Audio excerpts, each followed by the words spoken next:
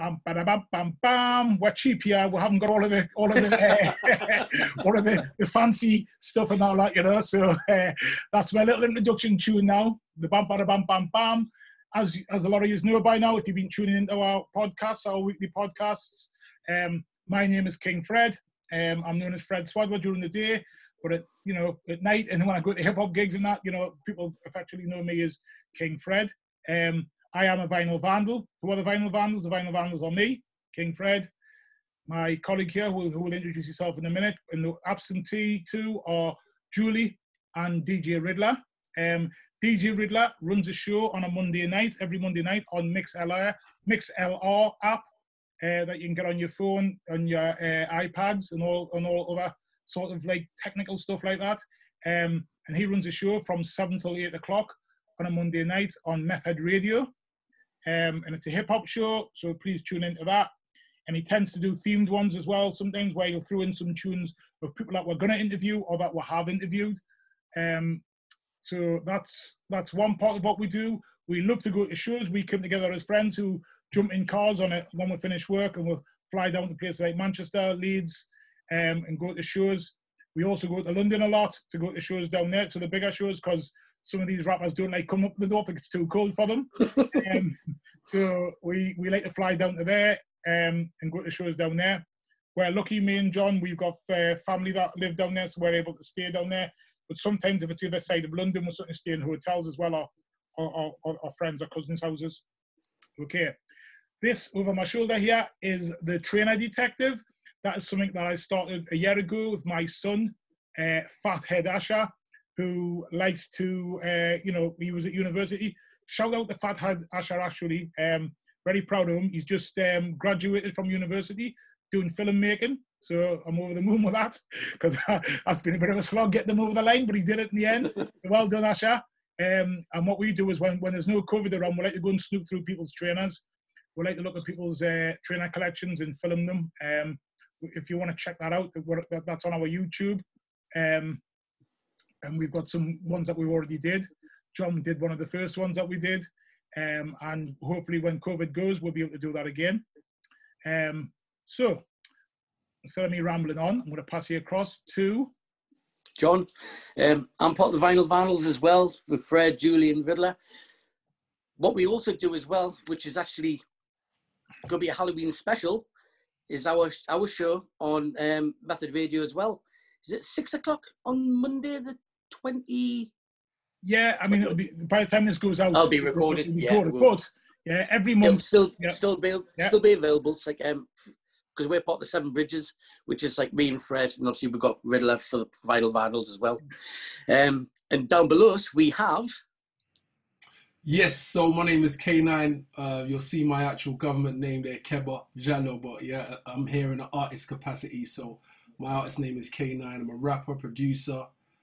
Been rapping for many, many, many years. I have one solo album out. I have many mixtapes, EPs, and I used to also be part of a group called Fringlish Connection. We had 2 official albums out and also a mixtape. Okay. Sorry to interrupt you there. Could I just ask, what did you say your group was called there? I missed that.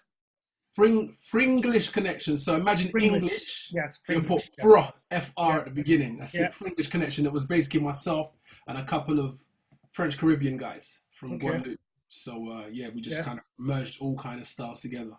Okay, cool. Are they on your Bandcamp page? Because I was going through your Bandcamp page a few days ago, because I know there's a lot of stuff on there which I've been downloading stuff. Yeah, they're not on there, but they should be on streaming services though. Cool. Okay, cool. Should be on there. So yeah, it's just FR English, all one word. Yeah. And the connection is CONNEXION. Cool. Okay. Thank you for that. I will be checking that out. I'm sure I've heard of it before, and I might have something around somewhere. I'm not great at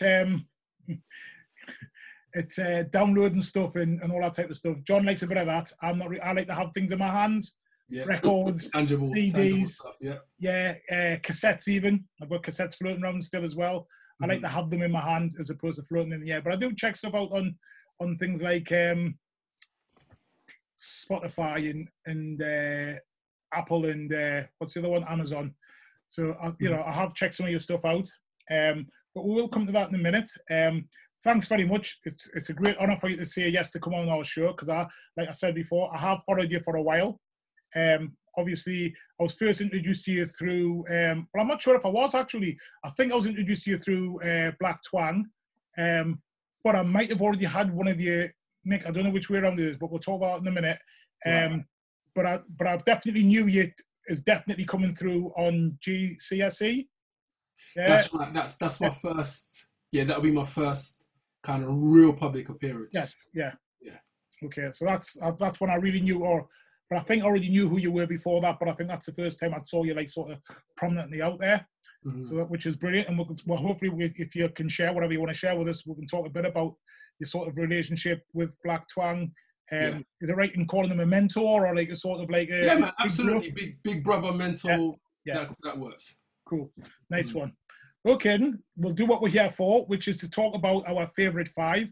Mm-hmm. Can you tell the people at home what side of the pond you've gone for? Have you gone for UK this time, or have you gone for USA?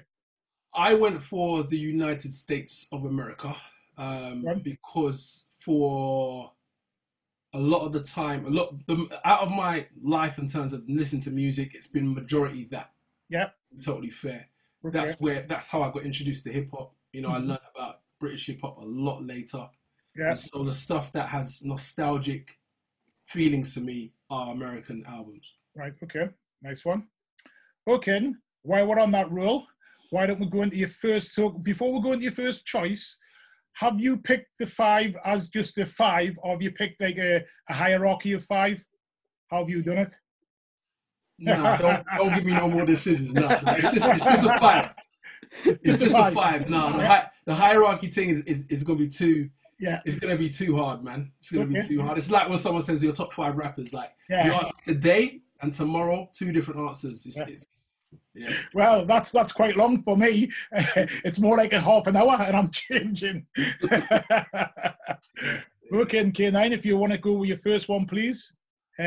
So in terms of the order, I wrote them down. Flip Mode Squad, The Imperial, that's Busta Rhymes, you know, Rod Digger, Rampage, Spliff Star, Baby Sham, and Lord of Mercy.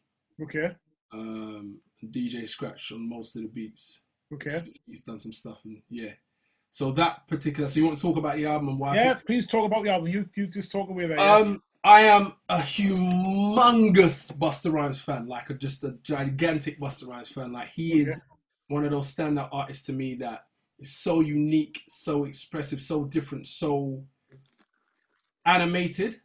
Yeah. And just good at what he does, and you know he's still relevant today. He's still putting out good music today. And so when he created a supergroup, because Rod Digger's my favorite female MC as well. Mm-hmm. When he put out a supergroup and the production and everything, I tell you what, this was the time where I used to get on, because I live in Clapham Junction, I used to get on the bus to go down to Brixton. There used to be CD bars, and they used to range from about £10 to £14 for an album. And it was an excitement, so 35 or the 37. Get on the bus to go and buy one album. Yeah. Didn't have a portable CD player, so on the way back on the bus, I'd rip open the cover and I'd be reading all the credits. By the time I got home, I understood who produced it, who was involved, where it was recorded, mixed and everything. And then I'd place it in the CD player. And I don't know if you remember the big old Jamo speakers. Remember the Jamo speakers? Yeah. I used to have two of those, and I used to have like the separate stack stereo, so you plug up. And I used to, my neighbors must have hated me. But when that Flip Mode album, when I put that in, because Busta had When Disaster Strikes. Before that, he had the Come In. I think it might have come after When Disaster Strikes. I don't know if he had.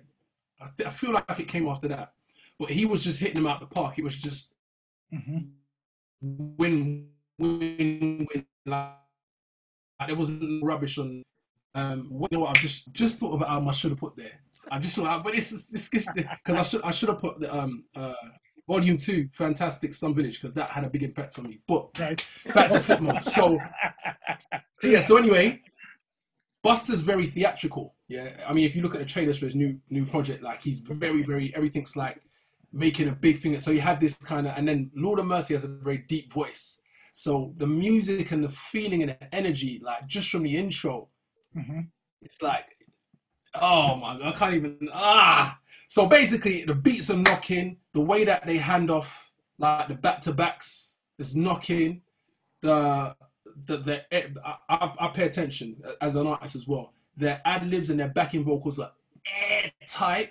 When he did a chorus, all of their voices was airtight. The mixes, everything was just knocking as a concept. And you know, they always on the cover in their grey velour suits that was popping at the time.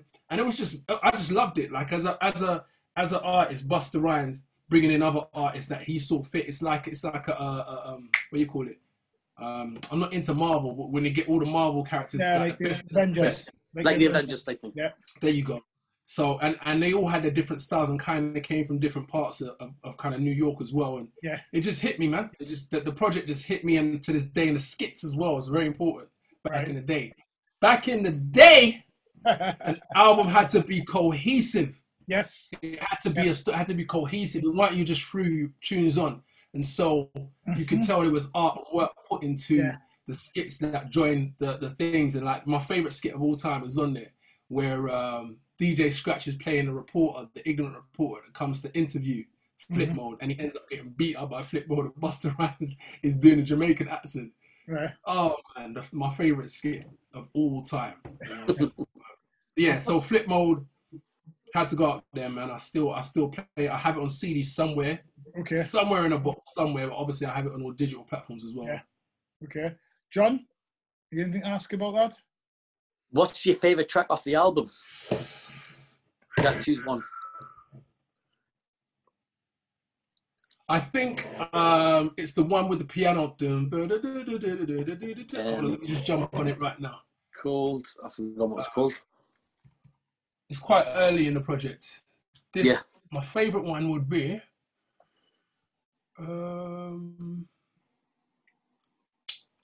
I Got Your Back.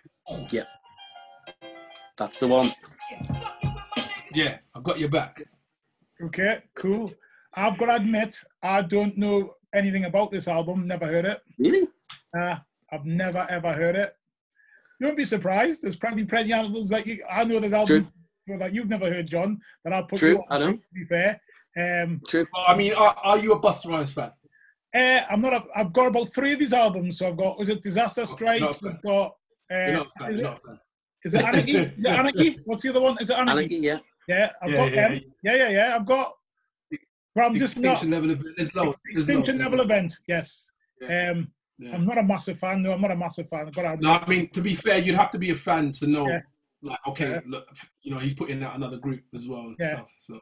And obviously, I've got the leaders of the New School album as well. Yeah, I've got all of that, but I'm just he's not somebody that I go and check that much. And he's more later work I was just bored with when it went a bit too poppy for me, and just like Pastor Kavossi and that type of stuff. He lost me there. You know, like that came wasn't you need that hard. Yeah. John will vouch for that. John knows why. Yeah, my stuff has to be like, rah,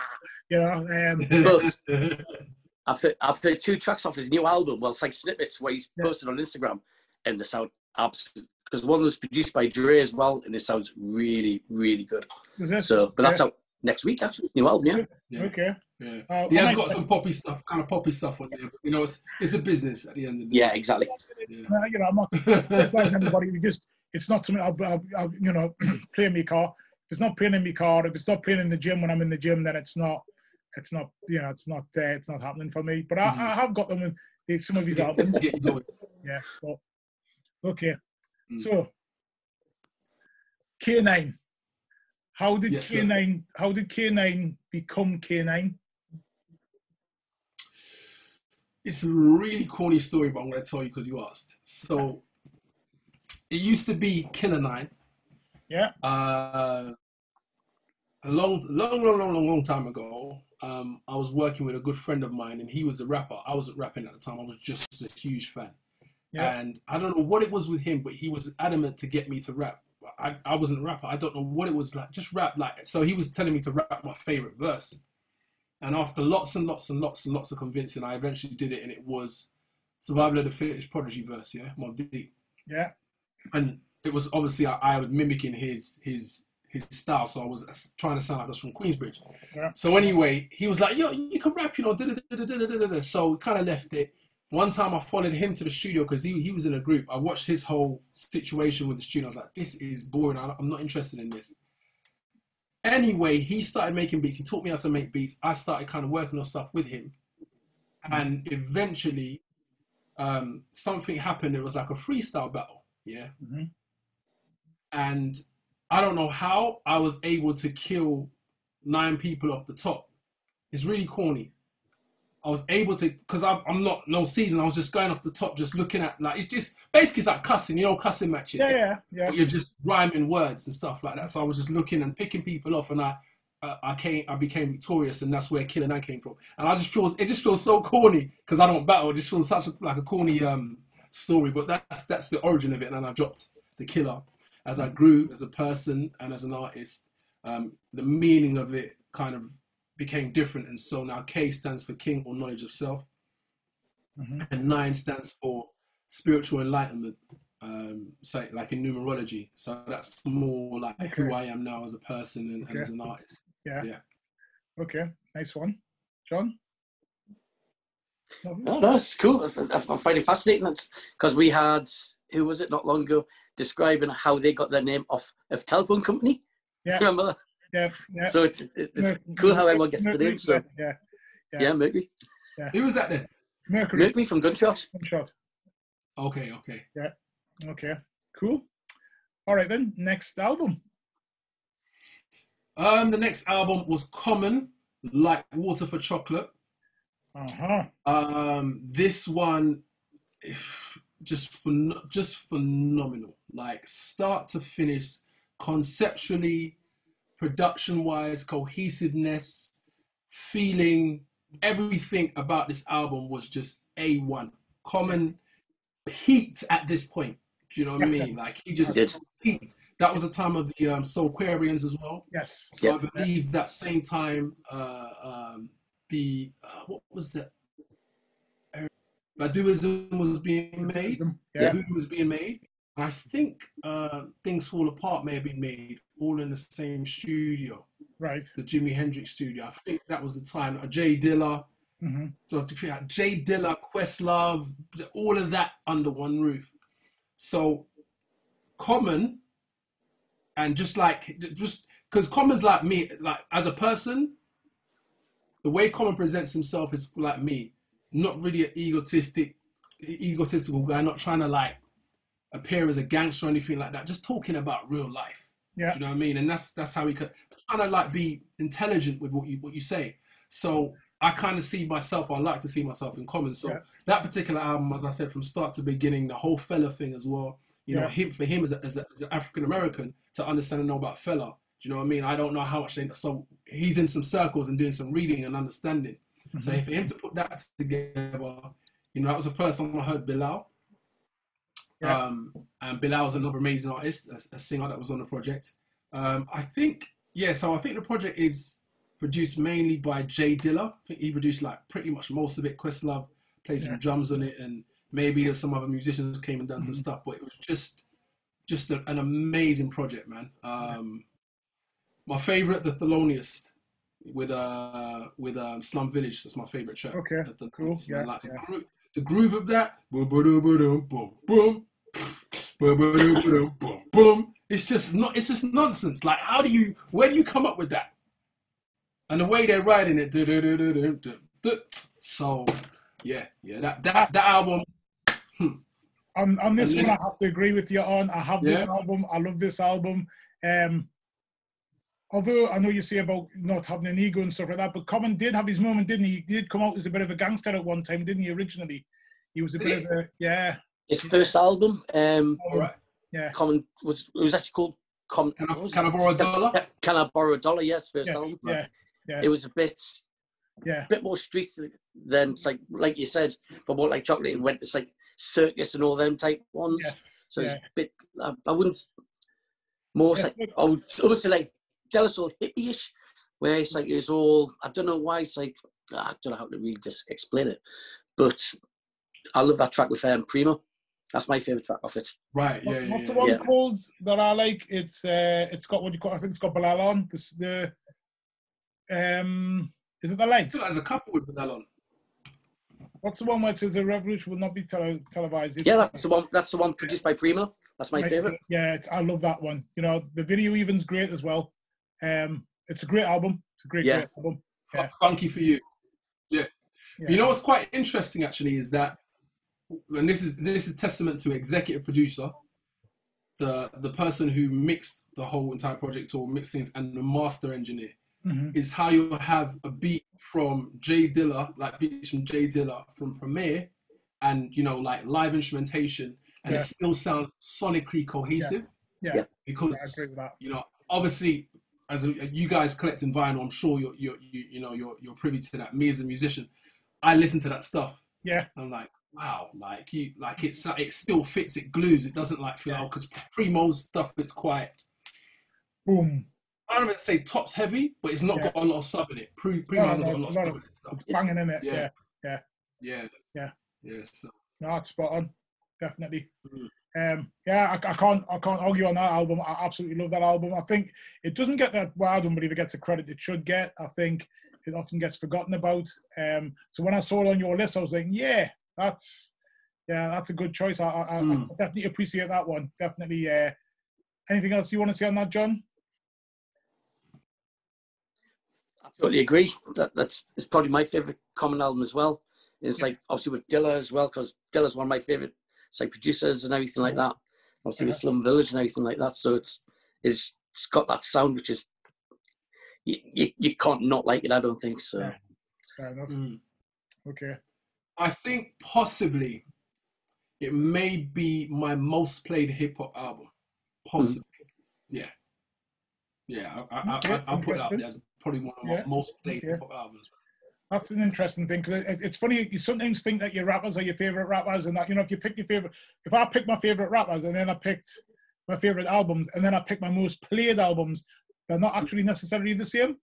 I think that's quite interesting in itself. You know, what I think's my favourite rappers isn't always my favourite albums by them, for whatever reason. So a classic example I would say is somebody like Rakim, because really think he's a top rapper, but I don't play his stuff that much actually, compared to other people that I play. But you know what? What you're actually saying is so true, because there's many dope rappers that can't make good songs and good albums, because that's it's a different discipline. It's actually a different discipline. So, and they're actually, and I'm about to say something that could be sacrilegious, people ain't gonna like it, but I'm gonna say it. There are some not so good rappers who know how to make songs and make projects. Oh, totally. Totally agree with that. I think that's true. You know, it's not always about getting all the right lyrics in and saying everything, because sometimes actually some people do want to just like nod their head and just, you know, and just chill out, or some people want to dance. You know what I mean? Whatever, it's horses for courses. People listen to music for different reasons, you know, even within hip hop. Not everybody always wants to be educated all the time. Some people just want to be able to just nod their head, chill out. Some people want to be entertained. Some people want to be educated, and sometimes people can get all of those things mixed in. But I think definitely when I've been doing this and I've been looking at some of my albums and think, well, actually, I play this album a lot, but they're not my favorite rapper. Do you know what I mean? Like certain albums that I play, British ones and USA ones. I just find that really, really interesting in itself. You know. Anyway, back to you. So you got into rapping. You chose your name, and then you started rapping. Do you remember what your first album was called? What you brought out? How that came about? Yeah, my first project. So I was rapping. I wasn't really taking it seriously, and the guys I was with, we started making mixtapes. And then on the mixtapes, we would have one or two of our tracks on it. We was called a Liquid Entertainment Crew, because we liked to drink at the time. You know, we used to go to Bar Rumba, London, on Sundays. I remember Matt White used to DJ there and some other people, and we used to like drink a lot and just wild out. And that was Tim Boots time, hoodies time, do rags, and that was that time. So I've forgotten where I was going now. I hate when it happens. What was the question again? The question was just about how you first started rapping, where you were performing at, who you worked with, first project, album, yeah. Right. Yeah, so to make a long story longer, I met Blak Twang in a shop in Peckham that I was managing. It was like an American designer clothes shop. He was a friend of the... Did you say you were managing it? Yes. Okay, yeah. So it was called the Real McCoy in Peckham, and the owner of it was a childhood friend of Blak Twang. Yeah. So at this time, it's so funny how timing works, is because I just started getting into UK hip hop a little bit before I learned about Blak Twang and heard his stuff. And I'm going to be very, very honest, and I'm always very honest, is I didn't like most of what I heard. I didn't think, at the time anyway, it's really changed now.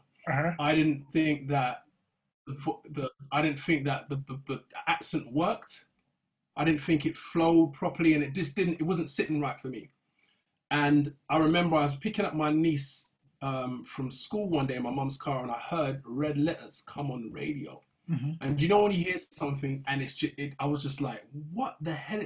It just worked. I was like, his voice, his style of delivery, his lyrics, everything, the music, everything he's saying, that's how we should do it. And so it was a blueprint for me. Yeah. Little did I know that years later I would meet him. So anyway, I was doing the mixtapes, and I had his album at the time because I'd gone to Brixton and bought the this is the first one that was released, which was 19 Long Time. 19 Long Time, yeah. So I had that album, loved it, was banging it. And then I see him come walk through the shop. Oh my gosh, Twang! Like, yeah. Gave him a mixtape, right? Didn't think anything of it. He came back, we got chatting. He said, who's those guys on there? I said, oh, that's me and my crew. I said, oh, so do you rap? I said, I rap. I don't take it seriously. So he goes, which one are you? So I played it. He said, I'm that one. He says to me, you should come on the road. I'm sorry, my story's long. I'm trying to speed this up. No, you keep going. No, take it slow. Yeah, he said, you should come on the road and rap. And I was like, I wasn't really into it, which is so funny.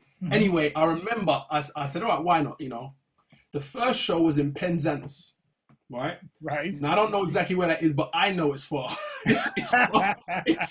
It's far from South London because it was Twang, it was Big Ted, it was Luke Biggins at the time. He's a huge video director now, but we drove over here. And there was a driver, and I mean, I felt like I was in this car for an entire day. Like, it was so long. But we got there and done the show, and I didn't realise, but I started to create a lot of material. And then I thought, well, actually, if I'm rolling with Twang, people like what I do, I should release some music. Maybe I can make a go at this. So my first project came out in 2005. It was called The Riot Storm. It's all you see is my eyes. And I've got like a kind of, there you go. That's what you're talking about? Yeah. That's what I was talking about. Yeah. 2005, 2005. Yeah. So and it was just, as you know, it was a lot of like the kind of hottest beats at the time and me just rhyming on them, a couple of original stuff. Yeah. That was it. That was the first project. And then I followed that up with a couple of mixtapes and EP, and the album came out 2014. Took a big break. There you go. That's the second one.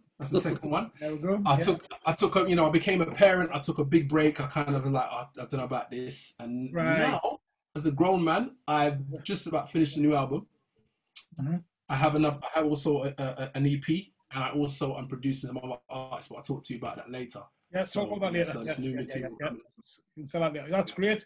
I was listening to some of your stuff, obviously, because why we always like to is to find out what your favorite tracks are, so that we can check those out, but also try and check your back catalogue just so we can ask questions about that and that. And so for the last week or so, I've been sort of like trying to listen to your tunes. So I dug these out. I dug these out a few weeks ago when I showed you on Instagram that I had these, but I also realised that I haven't. I thought I had another one by you, but I couldn't find it. So I went on to Spotify. To check out some of your stuff on there, and I found you. I didn't know you brought an album out this year, so that was a bit of a surprise. That passed us by. But I also so that was a mixtape. It was an album. Okay. And is that the one What is Boom Bap Reggae? Boom Bap Reggae. That's the one. Yeah. Again, John will tell you, one of my favourite sort of genres of hip hop is ragamuffin reggae hip hop style. love it, absolutely love it. You know, so when I heard, I was like, wow, I've missed this. So I'm gonna have to check that out properly because I've been listening to bits of it and I think it's great. Absolutely think it's great. So respect you for that. Okay. Okay. Number 3. Yeah, which album are you going for? Number 3. We'll come back to your history. Number 3. Yeah. Number 3 is Ice Cube, The Predator. Interesting. So by the way, let me put this into context. So I had Ice Cube, The Predator on TDK tape, original. Right. I had Common and Flip Mode on CD. So it just gives people a time frame of when I had these albums. So that, you know, this is the daddy, the granddaddy here, you know. So Ice Cube, The Predator. Ice Cube to me when I was younger, he's one of my top 5 rappers, by the way. When I was younger, Ice Cube was, everything he said in the record, he was. Like, I felt like he was the baddest gangster on the planet. Like, I really felt there's nobody could ever touch him. I believed it. I really believed it. He was so believable. Yeah. But it's something about his energy. And obviously, I followed him out of NWA because I really loved NWA and that project. So this particular one, like, he was just like for me, he was a black man in America that wasn't afraid to say whatever he wanted to say on the record. Like, it was really going with that NWA thing. Like, look, I'm going to say whatever I want to say, raw out and stuff. And he was always very, very kind of racially motivated, his stuff, you know. So he was talking, obviously, of his black experience in America. So the beats, once again, the cover, I was into Cypress Hill around this time as well. So the cover, like, looks like he's kind of smoking. He's got the skull. It's kind of got some weird kind of negative thing. Yeah. You know, he was going with that thing that had the Lethal Injection album and it just marketing wise, as a youngster, it just hit me. The music was awesome. The skits again, awesome as well. And what I love about this album is there's certain tracks on it, you hear it and you just want to just slam dance straight away. You want to just push people you don't know and jump around in a circle. Like it's that hip hop. You know, they had that hip hop back in the day where you wanted to move. It wasn't just about moving. Yeah, Onyx. So, you know, this project, I had to, is an honorary thing I had to throw in there. And it's not something I listen to often, but it's an honorary thing I had to throw in there because this album, when I was young, it hit me hard, man. It's funny because when I saw what you said this, I thought, ooh, Predator. Whoa. I mean, John, we even discussed this before about, like, these are interesting choices. You know, last night, I think we were talking about it. These are different. And it made me, today, I've been working from home today, but I had to nip into my office because I forgot something in the office. So I had to go to the office today. And I put Predator on in the car. And I was like, flipping heck, I haven't listened to this for years. Probably about 15 years, 15, 20 years. And it still bangs, right? Oh, well, you know, and I can't believe I haven't been playing it. Bangs. One of my favorite Ice Cube tracks, Wicked. Wicked's just, you know, for me, when that comes on, just the way it starts with Don Jaguar, you know, like kicking in with the sort of like the patois and that. I just love it. Absolutely love it. Yeah, it's class. So, what's the question? You know, that's kind of like, if you think about all the music in Public Enemy, and the energy it gives, that's kind of that, like the intro to it, like it's just like you're ready, like it's just mental. As I like to say, mucking fental. Do you know what I mean? It's yeah, just looking through, you know, stuff like Daz Effects, Check Yourself, just wow, you know. Night of the Bad Guy, just a whole lot. It's actually a lot better than I remember it being. You know, when you go back and you think, flipping heck, why have I not been playing this? You know. John, you got anything to say on it? Yes, I mean, it was a good day. Probably one of the best. It's like, I just love that track. It's one of them. Huge. Like you, Fred, I've not listened to the album for, it must be 10 years at least. Yeah. But I could put it on and I could still probably recite virtually every lyric of it because there's one of the albums which you could play in over and over and over again, which there's not many of them, to be honest. Well, there is, but it's one of the ones which was on my proper heavy rotation when it first came out, to be honest. I mean, even the two videos I've just mentioned there, like Wicked video, then obviously the Check Yourself with Daz Effects on. Check Yourself video. Yeah, it's the class, the actually class, and obviously the Check Yourself remix, you know, with the alternative beat on, you know, just it's just class.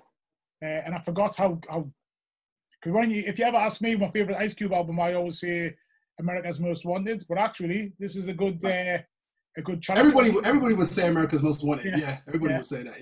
Yeah. This is a good challenger to it. Definitely is. I'll definitely agree with that. So, what's the question, John? Favorite track off the album?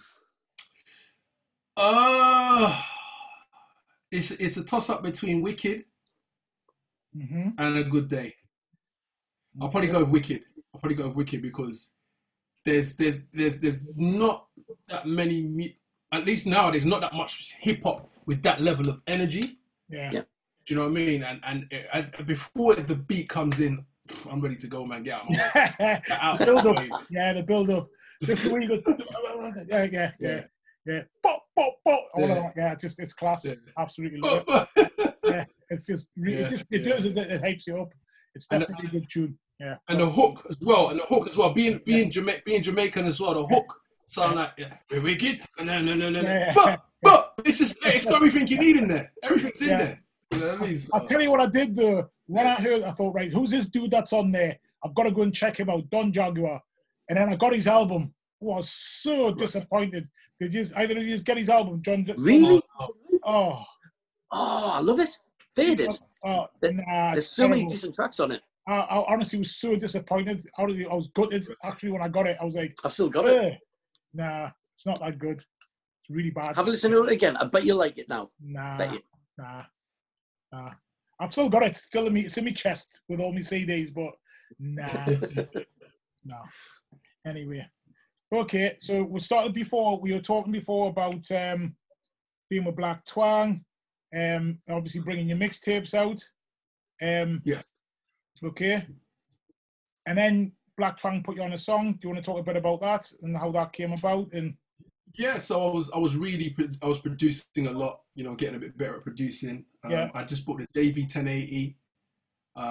There's quite a few producers that I used to meet up with. We used to listen to each other's beats. So I don't know if do you remember Comanche Sly from Highgate? Yeah. So he used to come around to the shop and play beats, and I used to play beats. There's a guy called Stone, a producer called Stone, who used to come. A couple of times I used to hang out with be at Harry Love's studio and hear Harry Love's beats and be really inspired basically and go away and make my own beats. So I had made this beat which was inspired by a thingy track actually, Killer Priest track. Sometimes I heard it, I got a vibe for that, and I thought, okay, cool. Funny enough, that particular beat for GCSE, I played it to Estelle. She liked it. She was going to use it. She was taking really, really long, and I played it to Twang. And Twang was like, because he had the concept for the song done. The concept was done already. So when he heard the beat, he's like, I think this works. And then he was rapping it to me, and I was like, Twang wants the beat, Estelle wants the beat. This is before Estelle kind of blew up. Yeah. And I was like, Twang's ready to go now, innit? So I said that. So I just tried to be honourable. So Estelle, I've showed the beat to Twang. He likes it. He's ready to go. How you feel about it? Would you let him roll with it? So do you know what I mean? So that's how that came about. And then Twang put me on it, so it got me to do a verse on it, and that was probably my commercial debut to people that had never heard him before. He was with Wall of Sound at the time, Bad Magic Wall of Sound. So they had a budget for the video, and it was my first official music video, and it was just it was amazing going and just seeing all the work and the different people it takes to put a video together. This is before DSLRs, so this is 16 mil film, kind of big budget, tons of pounds, and and it was a great experience, and from there, as I said, I've got to kind of try to capitalize off this, and I continue to release mixtapes and tour with Twang and stuff. So okay, cool. Anything you want to ask about that, John? No, I mean, obviously, I know you've done quite a few tracks with Blak Twang off the albums. I know there must be at least 3 or 4 I know of anyway. Because I know I was going through your videos, and is it Ikiawai? I was totally I'm laughing because it's an acronym. Oh, right. People always try to name it, and it's hilarious. Right. The acronym is I know you are, but what am I? Gotcha, right. And the concept of the track is Smooth the Hustler, Trigger the Gambler. Right. So remember when they're talking about I'm the dun. I can't remember what it's called. Yeah, and that's the same style of rap. That's exactly what it is. So, Nice. you know, I'm just coming off of that vibe and stuff. So Cool. So yeah, that's one of them. We've got a few tracks together. He's got a couple of albums that I'm on some tracks as well. Yeah, I know that as well. Yeah.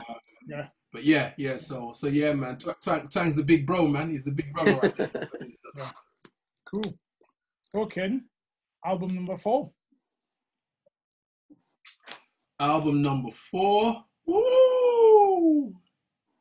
Biggie Smalls. Notice I didn't say Notorious B.I.G. Biggie Smalls. Okay. Ready to Die. Okay. Right, so Biggie's another one. So there's a handful of rappers that the first time I heard them, for me, that was the benchmark of how a rapper, what hip hop sounds like, what a rapper should sound like. And Biggie was one of those. Biggie was one of those. Busta Rhymes was one of those. Twang was one of those. But when I heard Biggie, I heard him a long time before I saw him. And Biggie sounded to me like a physically fit, hench, strong brother. Yeah. When I saw Biggie, I couldn't compute it. Like, I couldn't compute, it just didn't make sense to me. Anyway, that album, how did I first get introduced to Biggie? I can't remember what song I heard first. But that album, what did I have it on? TDK tape as well. I think that was tape. I don't think that was CD. I think that was TDK tape. And from the intro of the birth and everything, and once again, I like conceptual stuff that comes together well. Yeah. And the beats on this album, on Ready to Die, it's just knot after knot. And then to be able to make an album like that and drop in a One More Chance, and it's still cohesive. Do you know what I mean? That's a challenge, to drop in like a song aimed at women and for a commercial market. Yeah. He was just for me just a raw rapper. Like, I've always been Biggie over Tupac. I'm sorry, people. I've always been Biggie over Tupac. And I get why people choose Tupac in terms of his content. It's more real life. I get that. Biggie's more kind of braggadocious. But for me, Biggie is just like how you should flow, your energy, your cadence, everything. Like, that's Biggie. And this particular album, for me, through and through and through and through. He had, was it Patra? Was it Patra he had on there? Patra, yeah. Yeah, the Patra thing. So anything with a little bit of reggae in there, you got me. You got me straight away. You know, Meth was on there. Meth was killing that. He was killing the features at the time. Meth was on there. That was a crazy back-to-back. He was just dope. Biggie was just dope. You know what I mean? So interesting. I think when it first came out, it was never off my turntable. I used to play it in the car. And funny enough, my son was just a baby at the time. And it was one of the only albums I could play where he would stop crying, because he used to cry a lot. And if I played that, he would just shut up, especially Give Me the Loot. You know, Give Me the Loot. That one, Asha would just stop crying and just stare at me. And if it stopped, I had to play it again. I had to keep playing it, because if it stopped, he'd scream. I had to keep playing it. So I don't know if that's what happened and got us sick, but I can't really listen to it now. You know, it's not an album with me that has lasted the test of time. It's a bit like Snoop Dogg as well, like same type of thing. I can't really listen to the albums much now. I can listen to songs, but I don't really listen to the albums, because I just don't find them as appealing anymore. You know. What about you, John? Interesting. I think the same as well. I mean, out of all the Biggie albums, that's his best one by far. And it's just like, because it was one of Puffy's first albums that he fully produced, wasn't it? Yeah. And it just had that like proper like sample. It was music-wise, it was amazing, I thought. Yeah. It was only about like 9 or 10 tracks, so wasn't it? It wasn't very long. It's not loads. But then again, it's like things like Illmatic. They only had a few tracks, but then obviously his next album, that was like 30-odd tracks or something, wasn't it? They were designed for LPs, for vinyl, weren't they? You got to remember, still. Very true. Yeah. Very true. It was when people were converting from vinyl to CD. And unfortunately, what happened was that albums started getting longer and longer, and that's when I think we started losing. I was talking about this on one of the other podcasts. I think that's when we started losing a lot of quality in albums, because there was lots of fillers on them. You know, more skits and more fillers, because people just threw in, and it wasn't like I used to like an album, listen to it from start to finish, and you could see the journey through the album. then you would flip it over on the other side, then you would have you'd have 5 songs on one side, 4 or 5 songs on one side, 4 or 5 songs on the other side, and it fitted like an album. Now what it feels like is just a collection of songs. I think a lot of albums started turning into mixtapes. Were classed as albums, but actually felt like mixtapes. Were just a load of songs that they seem to have on their computer that they put onto a CD and sold. 22 songs on an album. It's just, to me, it's too much. You know? Yeah. Because you know the process is you record a surplus of songs and then you pick the best ones. No. And I guess people just didn't want to, like, it's like, no, that has to be on that. And then the double album was born. Yeah. Okay. I have that problem. What song off that album are you picking? What's your favourite song off that album? It could be any of them, man.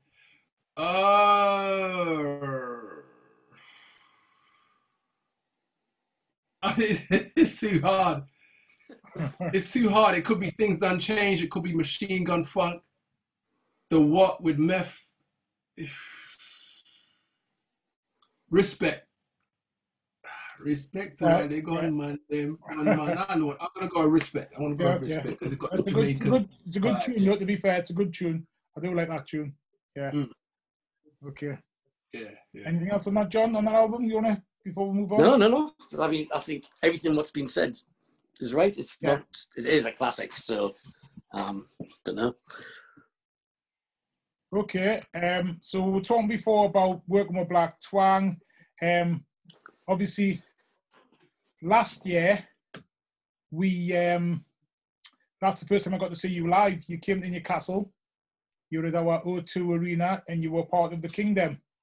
King Dem, yes. Yeah, and you came on for that. Obviously, sadly, Ty's no more with us. And I know you did a song with Twang over one of Ty's beats. Side beat. Yeah. That was on the Bright Storm, I think. It's on the Riot Storm, yeah. It's on the. It's the one where So you want more? Let's that beat the. Yeah, that's right. The Ty in the. What's he called? Roots Maneuver tune, isn't it? Is it the Roots Maneuver tune? Yes, Roots Maneuver. Yeah, he does the remix. Does Roots Maneuver on the original? I think he might have been on the remix. He's on the remix. Was he on the original? The refix, as they called it. They called it the refix. Right. Yeah, but on the original, right, they were label mates. Yeah, they were label mates. So, I just wondered, how did he feel about you doing that? And I thought when you did that gig that you would do that song the 3 years together. Right. I was hoping that you were going to do that. You know what I mean? And you never did. So, which was a shame. But I just thought it would have been a good. I've never ever performed that song. It's just some songs for me are to perform, some songs are not to perform, and that wasn't me. Yeah.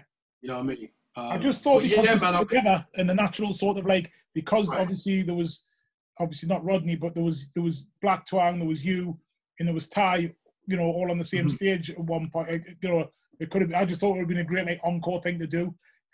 You're right, absolutely right. You're right. I think if the song, if my version of the song had more people knew about it, and I would know about it. So okay, like that's a demand. Yeah. This is an opportunity, but I think it kind of went under the radar anyway. So yeah. Just a shame because it's a really good song. It's really good. Thank you. But that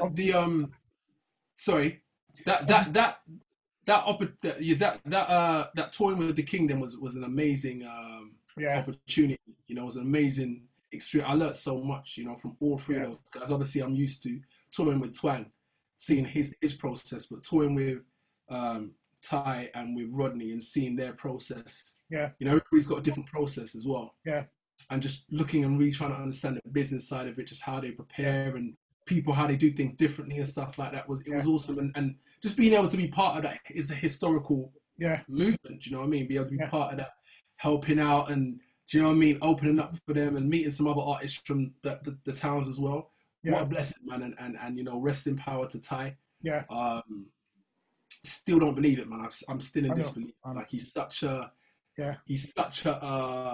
energy, a force field, and he was such a supportive guy, man. A real genuine supportive guy. Chip shop in Brixton, me and him always being there, buck him in there. And, do you know what I mean? It's gonna once things kind of get back to you and we go into the chip shop, it's gonna feel weird without him there. Like he was part of the fabric, so rest in power, Ty. But as I say to my friend, he came here and he made an impact. You know what I mean? Mm-hmm. And the time he was here, he's made an impact and he's left evidence solid evidence that he was here and he done something good. So, without a doubt. you know. No, respect to that. Okay. Album number 5.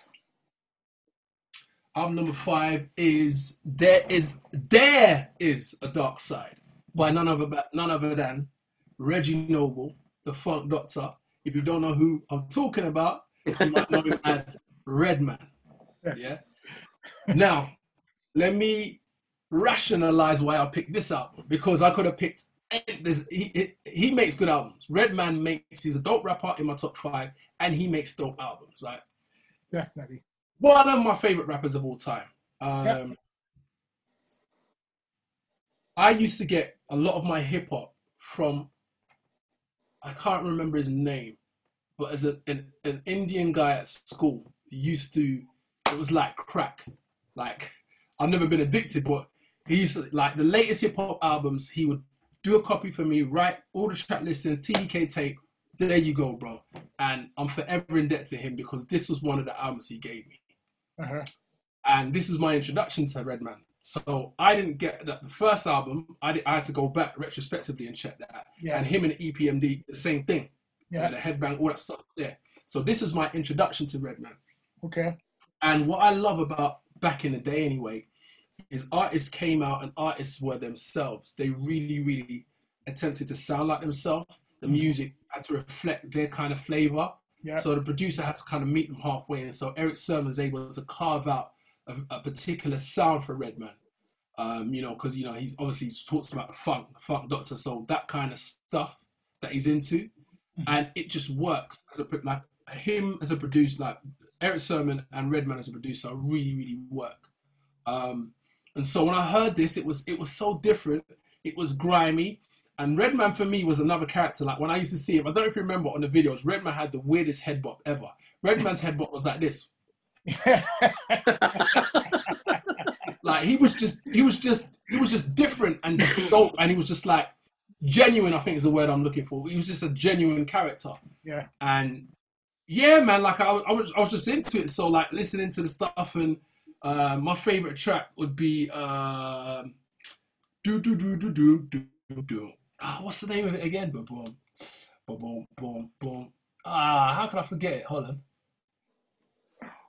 on a minute.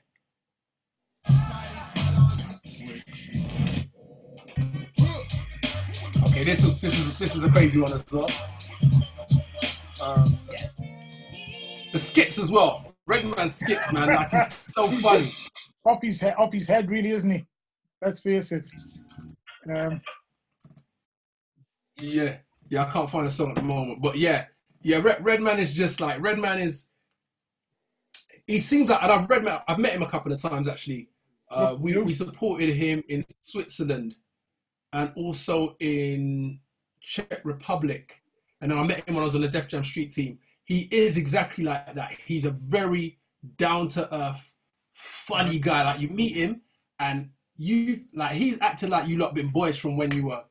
Do you know what I mean? He's just a cool brother, but he's genuinely funny. Like he's really, really funny. So when you hear his music, you see his videos and the concepts he puts together. It's all part of it for me. Like the visuals are a really important part of what kind of helped me choose these albums as well. Yeah. And the nostalgic time to fit what it feels to me. And I used to play this and play one side, I turn over, play the other side, and then play the album again, and play the album again, and play the album again. Because I'm like, yeah, just dope. Just dope, man. And the name of the song, that's my favorite. I can't remember it, but I remember the beat. Let me see if I can find it while you ask me a question. Go on. What's the question?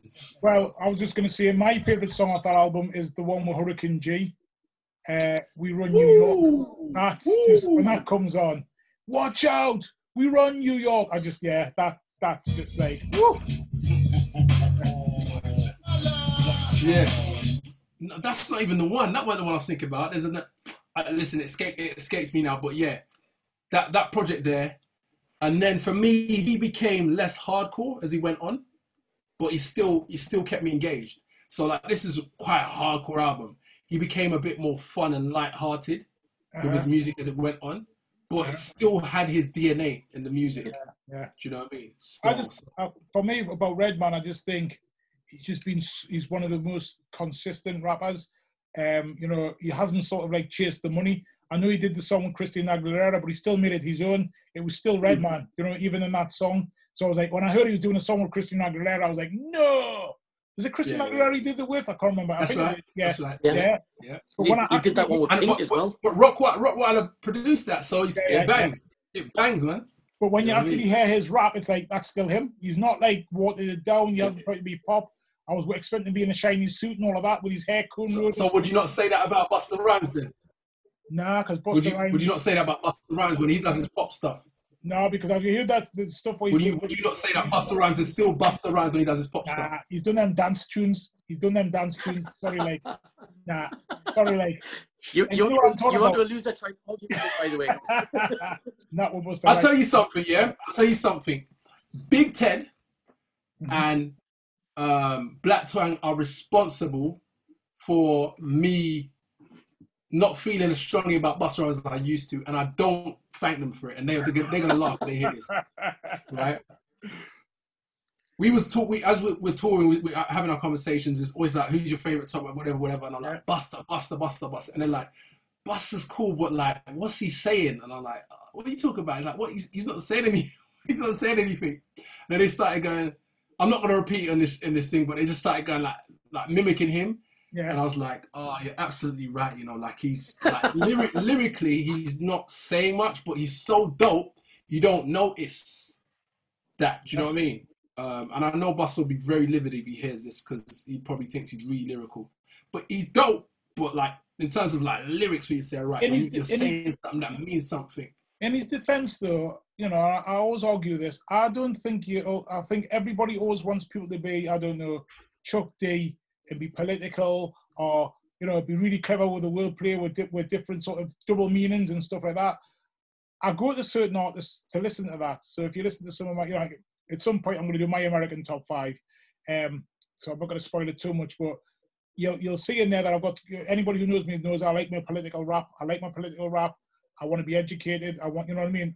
I like the intelligence of that, but I can't listen to that every single track all the time because it gets too heavy and too much. So I need Redman, because Redman talks nonsense. It's not, you know, he's not really, you know, he doesn't always talk about weed, but he talks about weed a lot.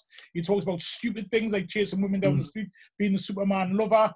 Do you know what I mean? Going to the weed spot. But it's a character. It's a character, isn't it? Yeah. But I need that because you need some light entertainment. You can't listen to hardcore documentaries all the time. You sometimes need a bit of comedy. And I think there's nothing wrong with that. I don't think it's, you know, each to their own, but I don't need to be hardcore all the time. As much as I like my hardcore beats and my hardcore lyrics, I don't always mix it up. Yeah. So it's not, for me, it doesn't matter that Busta isn't always the most lyrical, as in like being sort of like tongue twister. Me neither. Yeah. Me neither. You know what I mean? But yeah, but Twang and Ted, man, they got me on that one. They got me. That's fair enough. Can I break the rules? Can I just mention some of my other albums that was gonna make it into the final? I didn't make it. Can I just point something out? You obviously haven't watched what other shows because everybody tries to do it. You can mention them, but you can't talk about them. Okay, so you can see. Okay, I'll mention them then. You can mention a couple of subs, so it's like 5 aside. You can have a couple on the subs bench, but I don't want you to go into any detail and start saying this would be my favorite. No problem. Yeah, go on in. So other albums that were very close to making it on this list that didn't make it and could easily have made it if it was another day he asked me. Yeah. Is Things Fall Apart by The Roots. Yeah. Fantastic Volume 2, Slum Village. Yeah. Warriors, MOP. Okay. Interesting. One more. I'm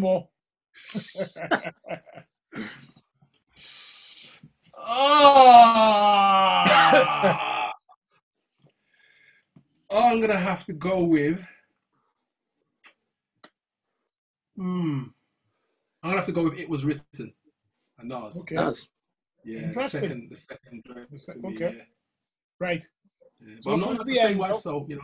Yeah, that's okay. Interesting choices there, but we're moving along because you cheated. Just to finish off then, what's in the pipeline for the future? I know did you bring an album out this year? Is it in April or? summertime like that, you just brought an album out? Yeah, so I released a mixtape. Uh-huh. I'm very clear to make a distinction because for me, albums a bit more of a serious body of work that's cohesive and got a project to it. So I have an album coming that's called Blak and Forth, not Back and Forth, Blak and Forth. Blak and Forth, okay. That's pretty much completed. Yeah. I'm just waiting on a couple of features and then send up to mix and master and then start slowly building up, kind of campaign towards it. But I did release a mixtape. So I got what to say? I was just going to say on your actual album, is there any features that you want to share with us, or is it a surprise? You know, who's on the album? There was going to be a rapper, and he didn't make it. He's taking too long, so I'm not going to say his name. Okay. But other than that, it's just singers. It's just nothing but singers. Oh, okay. Because I recorded a lot of songs for the album. A lot of them didn't make it, so I will be putting those songs out at some point. But yeah, so conceptual album called Blak and Forth. But yeah, as you said, I released a mixtape this year. Yeah. And the idea was I wanted to reintroduce myself to people that I guess never heard of me and people that have heard of me, and kind of carve out what I do musically. Yeah. And I could never really explain it. You know, I said, my stuff is like roots, dancehall, you know, but in a hip hop with a hip hop underbelly. I couldn't really explain it. I know that, you know, plenty of people have kind of fathered that style. You know, you got obviously the Rodney P's, Twang does that. You got the Demon Boys. You got quite a few people that's been on that style from time. Shawnee T. But I'm proud to say I'm the first person to name it or the type of music, and it's boom bap reggae. So obviously you got boom bap hip hop, boom bap reggae. Yeah. So the concept was, let me name the project, what is boom bap reggae? And the answer is, listen, you'll hear boom bap reggae on the project. And it's just a mixtape. You can get it on Spotify. You can download it free from my website, which is k9london.com. Okay. And I think for me, so just going to say it. And then I also... Go on, sorry, there's a bit of a delay. I also produce, and I'm producing a few artists. There's an artist by the name of Vivian. She's a singer, songwriter, and spoken word artist. She has an EP out. Okay. Phenomenal talent, phenomenal, like ridiculous. I got in contact with her through a channel that I did a freestyle on called Got Kush TV. Yeah. And she's really cool, really receptive, and I sent her a beat and she loved it. Mm-hmm. Excuse me. And then we got speaking about, you know, would it be cool to produce an EP for you? So we're working on an EP. Yeah. And that's obviously going to all be really kind of like neo soul stuff. So, you know, I've recently been really getting serious about learning the keys, and I play a little bit of bass. Mm-hmm. And I'm also producing an EP for a group called Melonics, which is a group from Nottingham, 2 females, and I learned about them through Terry Walker. She had brought them to the chip shop at some point, and they just absolutely smashed it. They have an EP out now produced by Joe Buddha. Right. So I'm going to be producing their second EP, and I've so far to date produced 2 songs with them, and woo! So for me, they're like they really remind me of Jeanne. Remember Jeanne? Yeah. Like Jeanne, early Mary J. Blige, like that kind of hip hop R&B vibe. That's what they remind me of and stuff. Mm-hmm. Amazing songwriters. They've both got really unique voices that complement one another. Yeah. So that's another project that I'm really hoping comes out next year. And I'm also producing an artist by the name of Nina. Now I don't know if she's going to go with the name Nina because she's still developing at the moment. Yeah. And that's another singer. So I'm not actually producing any hip hop at the moment. Okay. But I am about to launch a beat shop, an online beat shop via Airbit. So a lot of people have been asking me for beats. I've been really selfish, but no longer, because you're going to be able to get them at a very cheap price. But if you follow me on all my socials, I will make sure that I inform you when there's something. Yeah, cool. And we'll share them. We'll definitely share them. Definitely. And it's just K9 London on everything. Yes, K9 London, no space. Most active on Instagram.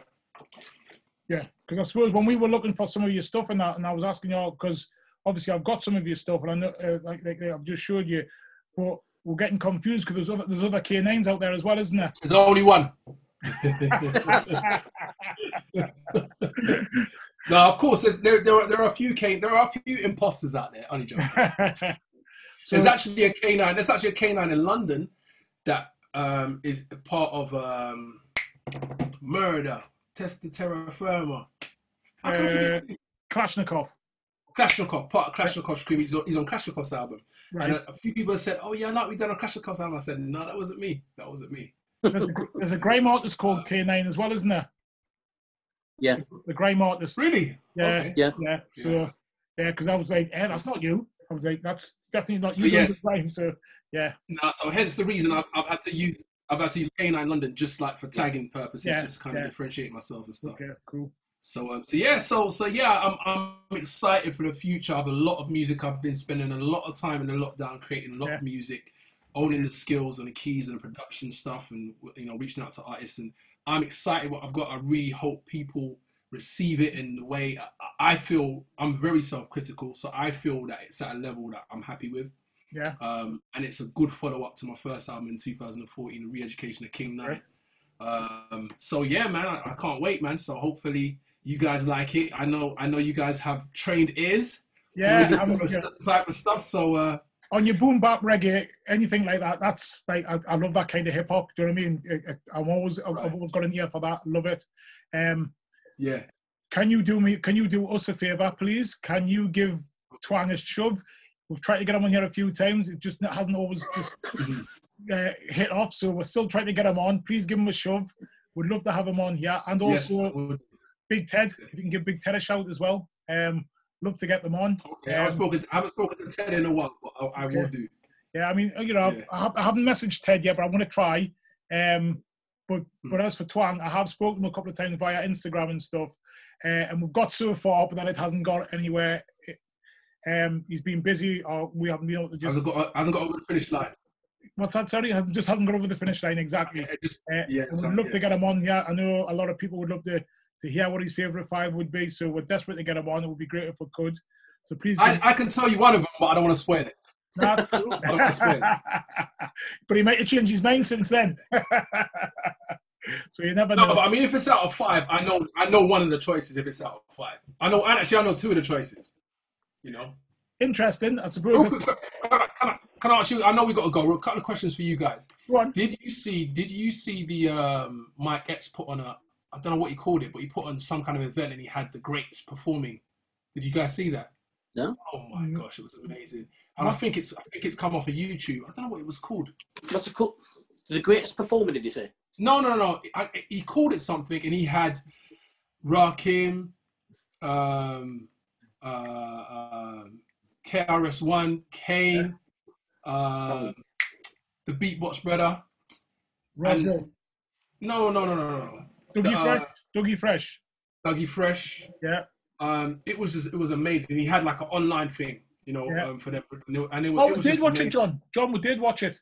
We did, man. Yeah. We were talking about it, me, you, and Riddler. We were talking about it, where they all come on. I shared it. It was on YouTube. I remember, but I can't remember it. I remember it. Now. It was really good. It was really good. I think, yeah, amazing. I think they may have taken it down. Yeah. But last question. One question. One answer from both of you. Your favorite rapper of all time. Can't do it. You got to do it. You have to do it. I'm gonna say Redman. Ooh, okay. I'll tell you what I'm going to say then. It'll change in 5 minutes.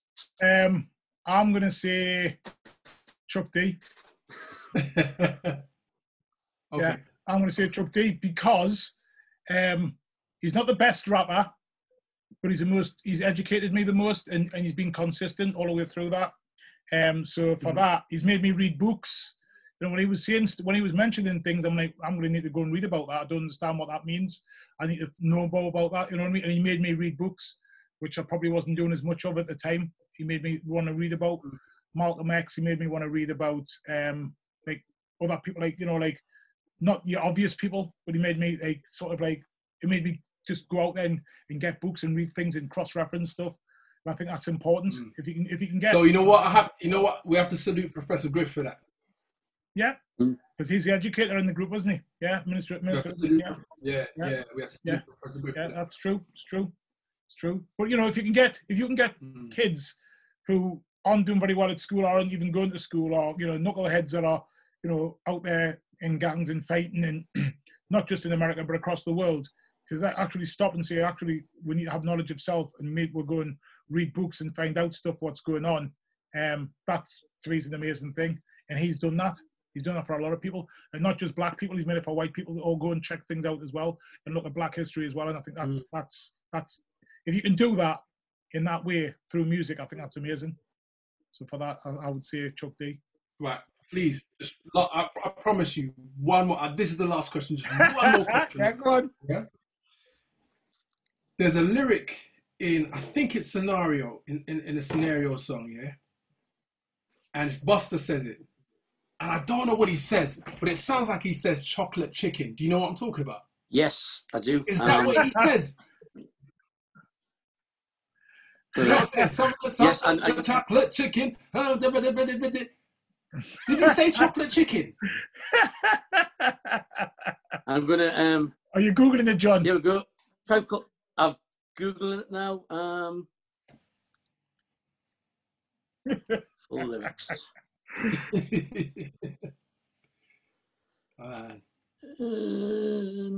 Has anybody, from the guests you had so far, has anybody chose any Cypress Hill albums? Yes. We've had one. Black Sunday, wasn't it? Black Sunday. Black Sunday, wasn't it? Yeah. Ooh, Black Sunday. Whew. Yeah. Right, here we go. Steel urine, chickadee choco, the chocolate chicken. He does say chocolate chicken. Yeah. Why? Why not? Well, that's just lazy rhyming. Anybody can do that. I know, but look at Das Effects. Maybe there's actually a chocolate, because you know there's peanut butter chicken, right? Yeah. So maybe there was chocolate chicken in New York, in Brooklyn, where you can. I don't know. Maybe in America there probably was. Yeah, no doubt. You can get fried Mars bars in Scotland, so why not? Yeah. Right. Choco chicken, Howie. Nah. You know what? Oh, I know I've cheated, but I may as well just cheat. Another album that was gonna get on it was Monkey Bars. Yeah. Monkey Bars. Alright, I'm not even gonna say who that is, because I see. Do you know who Monkey Bars is? Yeah. Monkey Bars. Is that American? Monkey Bars. Yeah. Monkey Bars. No Google. Oh. No Google. I'll do it tonight. Is that Sean Price? There you go, Ruckers. Sean Price. Oh my yeah. Sean Price. Monkey Bars, man. That was nearly on it. Nearly on the top 5. Right. Yeah, I've got it. Actually, I was thinking I've got that. Yeah. Okay. Right, we're coming to the end. Thank you for coming on our little show. We really appreciate it. Thanks for sharing your history and also your love of hip hop with us. Just before we go, I asked you off camera, but I'm going to ask you now. Do you mind coming back in the future to do your favourite 5 UK albums? I'd love to, man. Yeah. Thank you so much. I'd love to come back. Yeah, absolutely. So if you can have a think about it, then just get back in touch with me. I have a question. Only 5. Yeah, not 15. I think I've counted so far. Your name. Can I ask you about your proper name there? Where does that come? Where does that come from? Because I was interested when you said you were Caribbean. So you said you. Yeah. So my name I was born with was Kevin Brown. Right. Yeah? Okay. So throughout my journey, I got into. I always had like a desire, like something wasn't right. So I was born here, raised here. Something wasn't right. I was trying to understand certain things, and then I started to realize, okay, we all originate from Africa, and I started to really study it a bit. As I became older, I was able to, I went to Nigeria and Ghana with Twang, touring at a certain point. Yeah. And then I've been to Gambia, Senegal. So I've been to many, many places and journeyed. I've done a bit of reading. I've studied, Black history quite extensively. Yeah. And so understanding like a lot of the names we as Black people in the diaspora have some kind of connection to way back during slavery times, specifically the surname. And so the surnames were either a description of that particular plantation of the slaves, what they did. So, for example, my mother's surname, maiden name is Milliner, because they used to mill hats, you know, like if you read the lineage, or it's the surname of the actual slave owner. And so when I really grew as a person, I wanted to, you know, I let go of Christianity, and I just wanted to say, well, actually, you know, I'm in a different consciousness now. And so in a different consciousness, I want to reclaim, you know, my African name. And so on my journey, I had different elders naming me according to my character, and I've had 2 African names prior to that, didn't really work. I received this name in Gambia about 3 years ago. And it means the wisest elder in the village. That's what Keba means. Now there's 4 main families in Fulani, and Jallo is one of them, right? So when I go to Gambia, they tell me straight away from my features, from my energy, I'm a Fulani guy. And that's the name that was given to me. And it just stuck. So I actually went and changed it by deed poll. And I'm no longer referred to as Kevin. The only person that calls me Kevin is my dad, because he doesn't understand the journey, and it's political. It's political. But apart from that, everybody else respects the name change and stuff. So that's what it's cool. about. Nice one. Okay. I was just interested. I'm always interested in that. And funny enough, I've been watching, don't know if you've been watching that. I know we're going off on the tangent, but I think it's important. It's Black History Month, so why not? Been watching the stuff with Samuel Jackson. I've been watching that on BBC Two. No, I don't watch a lot of TV, to be honest. But if you get a chance on BBC Two, Samuel Jackson's been looking back over slavery. Because he's from Carolina originally. So he's been looking into the sort of like the history, and then he's went to Ghana. So he's went to the slave forts in Ghana, which is where my parents are from. And then he's went to Britain. He's been in Britain, and they've been diving where ships have sunk with slaves on and getting stuff off. So they've got like there was ivory on them. There's been like, you know, the shackles where the people were shackled. And there was one ship where the ship hit run aground, and it was sinking. And what they did was, rather than let the slaves free, the ship's crew nailed the shutters down so they couldn't get off, and they sunk and drowned the slaves. Instead of just letting them release and try to swim ashore, they didn't want to do that. They sat on the boat until it was nearly sunk, so that the people below, the slaves below, or the captured below, drowned to death, and then they swam to shore themselves. I just think it's fascinating. It's interesting. It's really, really, because it's a different sort of look at the slave trade from a different angle, and it's quite interesting. It's 4 parts. I've watched 3, and I think that last one's on next week. But it's on BBC Two, and it's worth a watch if you're into learning that type of stuff. It's worth a look at. Really, I'll be honest with you. I know a lot of that already, and I think that it's cool. It's turned into a political show, isn't it? I think that we, as Black people, we should be careful not to have too much of our mental diet on slavery. It's a very, very, very, very small part of our history. And there was a lot of great moments prior to history, like prior to slavery, I beg your pardon. So I think, you know, it's no accident that that's continued. That's always the narrative that's shown. I totally agree with you, and I try not to do that as well. But I just, because this was Samuel Jackson, I just wanted to see what he was doing, because it just obviously called Samuel Jackson, and I just found it interesting. Does he say MF? He didn't say any of that at all. He didn't say any of that at all. And it's a different angle. It's a very different angle. So at one point, for instance, they go about the banjo, and they're talking about how, you know, it's been made to think about it being a white instrument, and then talk about actually how the banjo came from Africa originally, and how it became where people thought it was like like the Dixie Singers type of thing, and it was like black facing people that were black facing themselves, and how they made is that a banjo? So it's a bit like that, yes. And how it got made into being what we know now as the banjo, and how in America it's seen as being a white person's instrument, and actually these people out there were talking about that. I just found it's a different. It's not. I know slavery's there is a sort of background thing to it, but it's very different. It's very educational, and it's not dealing about the slaves itself. It's not going on about slavery as such. It's about the stuff. You need to watch it. You need to watch it to see what I'm talking about. I just find it interesting. It's not harboring on about slavery as much as, because I didn't want to watch it for that as well. I thought I'll have a look, and I thought actually this is quite interesting. I've watched the the last 3, and the 4th one's on next week. If you've got time anyway, it's there. Yeah, I'll check that out. Man. So, salute to you for coming on. Thank you so much. Yeah. Thank you so much, guys, man. It's been Peace fun. To you. Thank you. And we'll definitely have you back on again. Okay. And I'm not sorry for breaking the rules. We'll be stricter next time, don't you worry. Yeah, all right, man. Thank you. Oh, listen, get me up Manchester, man, to come do some shows when it's all open, man. I'm Manchester, coming. Manchester. Newcastle. Sorry, Newcastle. Yeah, don't worry. We've got a friend of ours, affiliate of ours. He does shows in. It's called James Watson. He does. Shout out to James, by the way. He does shows in Darlington, which is just down the road from us.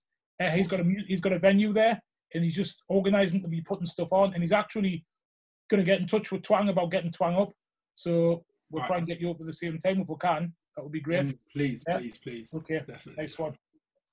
Thanks very much. All right, guys. Thanks a lot. Yeah. Take care. Cheers. Bye. Catch you later. Cheers, man. See you later. Thank you.